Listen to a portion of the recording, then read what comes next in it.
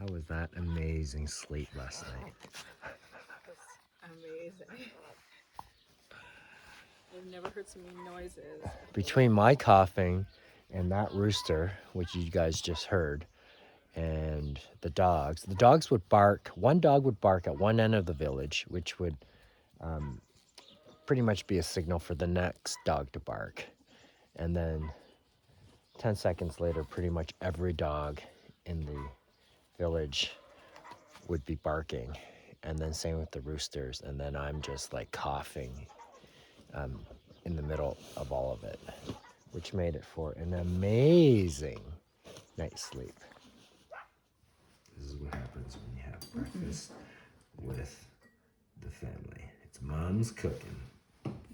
Okay, so this is how we treat our water. It's a little handheld UV lamp. I don't think it's on. It's on. Is it on? Yeah, you can tell them. Battery powered, and we have the same system at our house where water goes past the UV lamp. Oh, there you can see it. But here you move the UV lamp around and it filters out, or it sterilizes 1 liter of water, and it just kills the reproductive ability of the bugs. So that's what we've been using. It's great. It's lightweight.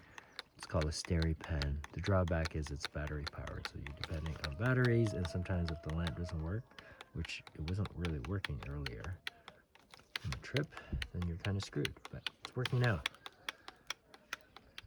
Oh, wait. Hang on. What do we got here? This is our turnoff. Beginning of day 4, we're hiking from Bell to Karadere, but hopefully with the beach. Okay, Mal's navigating, looking for a turnoff. That should be just here. Yeah. So, quick pointer on navigation. We don't really have a paper map, much to my chagrin. I love paper maps, but we've been using a combination of Komoot and Maps.me from other people's GPX files and Google Maps. None of them on its own is great because it doesn't. Google Maps, if you guys are doing this, Google Maps doesn't give you the actual trail, but it gives you good information on the towns and distances. Komoot to Maps.me doesn't give you great distance information, nor does it give you really clear information on which town you're at, but it gives you the actual route. So we're always toggling between the three. It's Mel says Maps.me pretty good, and yeah. So apparently there is an app, of course, the Lycian Way app, that you can download, and it gives you distances on top of your actual track. The problem is we're in another country and we're trying to download it, and the App Store requires us to do 2-factor authentication, of course, and it's going to send it to our home phone number to authenticate, which we don't have. At least we don't have our home SIM, so bit of a pain in the butt. So we'll just have to look for the red hash marks. Go old school. My school.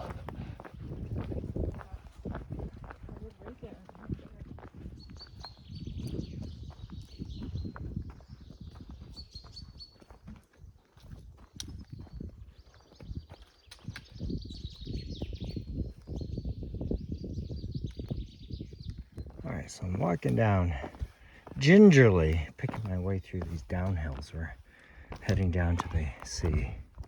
I can't help but think all the different people who have walked on this trail before, including the Lycians, but they were also around the time of the ancient Greeks, the Byzantine Empire, which was kind of towards the end of their existence, but also towards the end of the Roman Empire, I guess. Western Rome had fallen, or Western Roman Empire had fallen by that point, or at least had been split into the East and the West Roman Empire, and Lycia was incorporated into the Byzantine empire. Anyways, they're interesting trails because they're not maintained. Whoa. But they're just used, and thus it becomes a trail, and it's really the only trail, really, unless you're a goat, get down to the water. So I can't help but think about, Persians have walked through here, and maybe Alexander the Great. I like to think. I like to have my imagination run wild when I'm in places like this.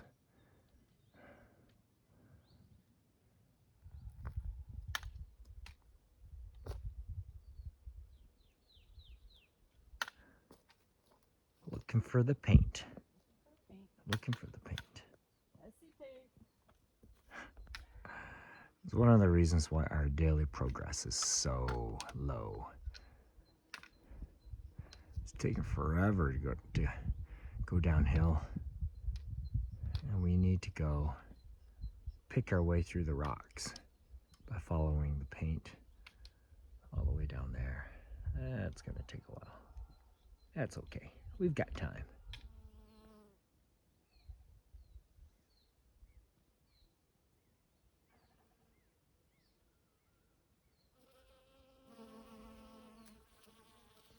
How was that?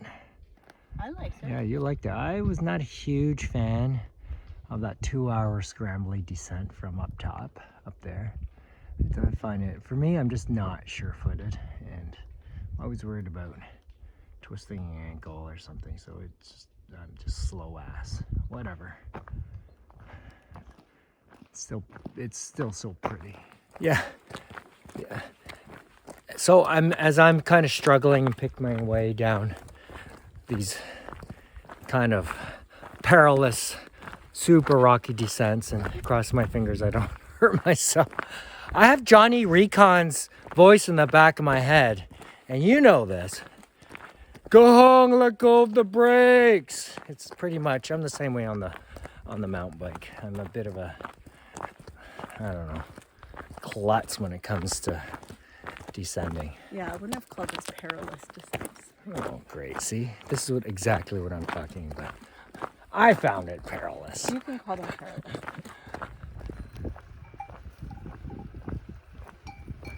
Hey, buddy.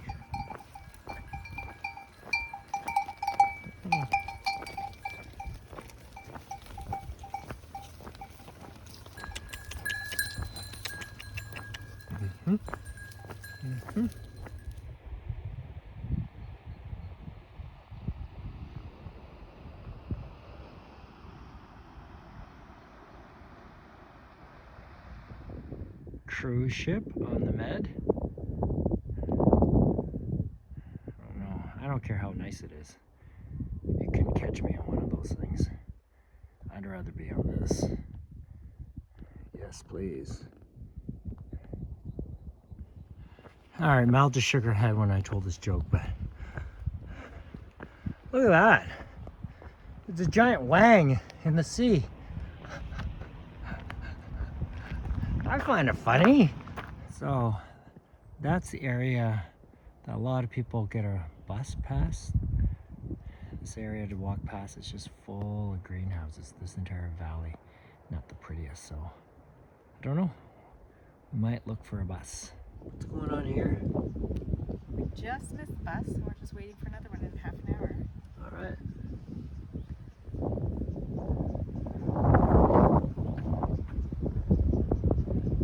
There's the bus station. Pretty quiet.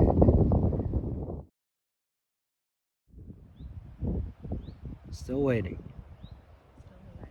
Mal's found a little buddy. Hi, buddy.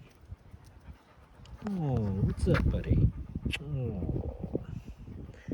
He ate one of my cheese sandwiches. And now he's my buddy.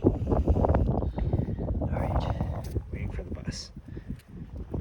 An hour later, we got the bus. We got the bus. Yeah. And Now we're going somewhere where we don't know where we're going to stay. We'll figure it out. And we're bypassing this whole area that's all greenhouses, and it's just kind of walking on a highway. So that's why we're taking a bus to Nick.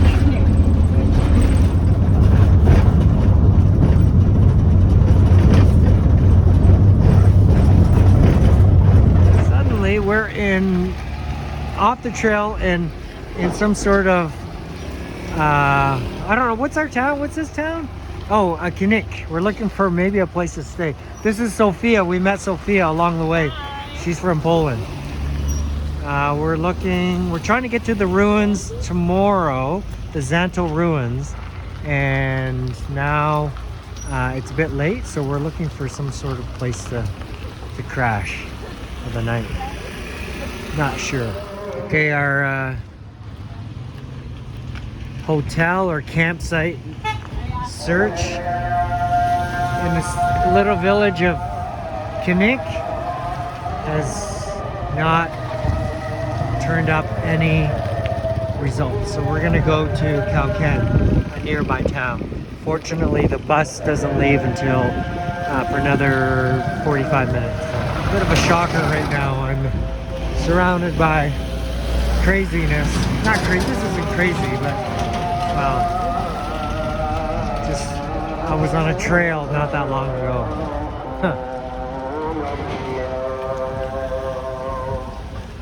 That's where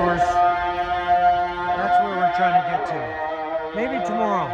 Okay, so this is our situation. We today we hiked from Bell to, where do we hike to? Bus station, the bus stop. The bus stop.